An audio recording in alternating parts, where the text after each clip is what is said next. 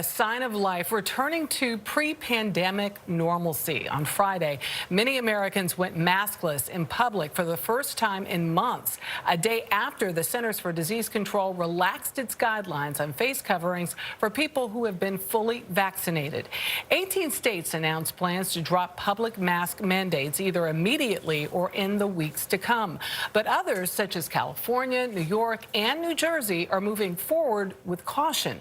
The changes come as nearly half of Americans have received at least one dose of a COVID-19 vaccine, while more than 1/3 are fully vaccinated. And as the average number of new cases slips below 35,000, the lowest since September.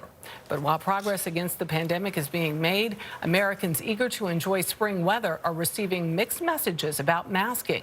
Michael George has the story. Good morning, Michael. Michelle, good morning. To be clear, what the CDC put out are just guidelines on mask wearing, leaving it up to states, stores, sports venues, and the rest to decide if masks are required.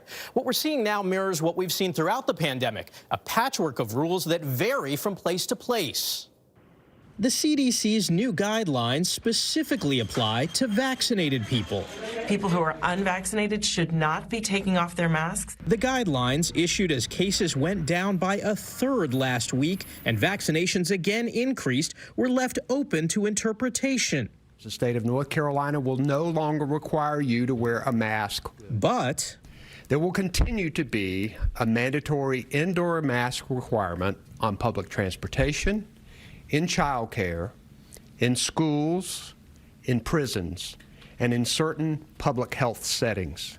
Colorado took a broader view. We have now really reached a threshold where not enough people are vaccinated to end the pandemic, but enough people are vaccinated where, especially those who are vaccinated, no longer need to wear masks. And corporations made up their own rules. Kroger, Target, and Home Depot say they're keeping mask mandates in place. But Walmart and Trader Joe's won't require masks for vaccinated customers. But they won't ask for proof of vaccination. Neither will the mayor of St. Louis. We don't want this to turn into sort of like a show me your papers moment.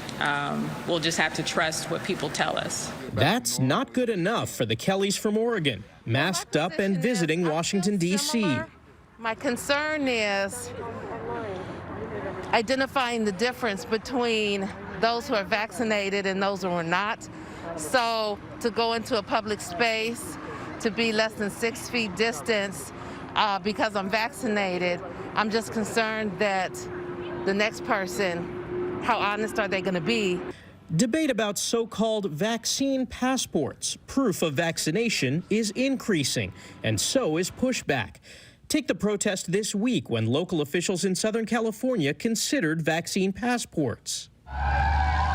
But a parade in Kentucky yesterday served as a reminder that the pandemic, still underway, is deadly serious. 30-year-old Olivia Tudor was released from the hospital to welcoming neighbors and friends.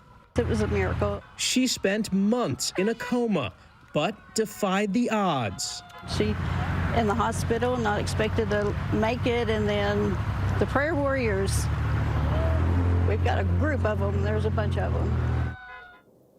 Now, there were 3 major studies released this week that reportedly helped drive the CDC to ease its mask guidelines. The findings add to a growing body of evidence that the vaccines are effective at preventing severe illness and death from COVID-19, and that they help prevent people from spreading the virus to others. Jeff? All right, Michael, thank you very much.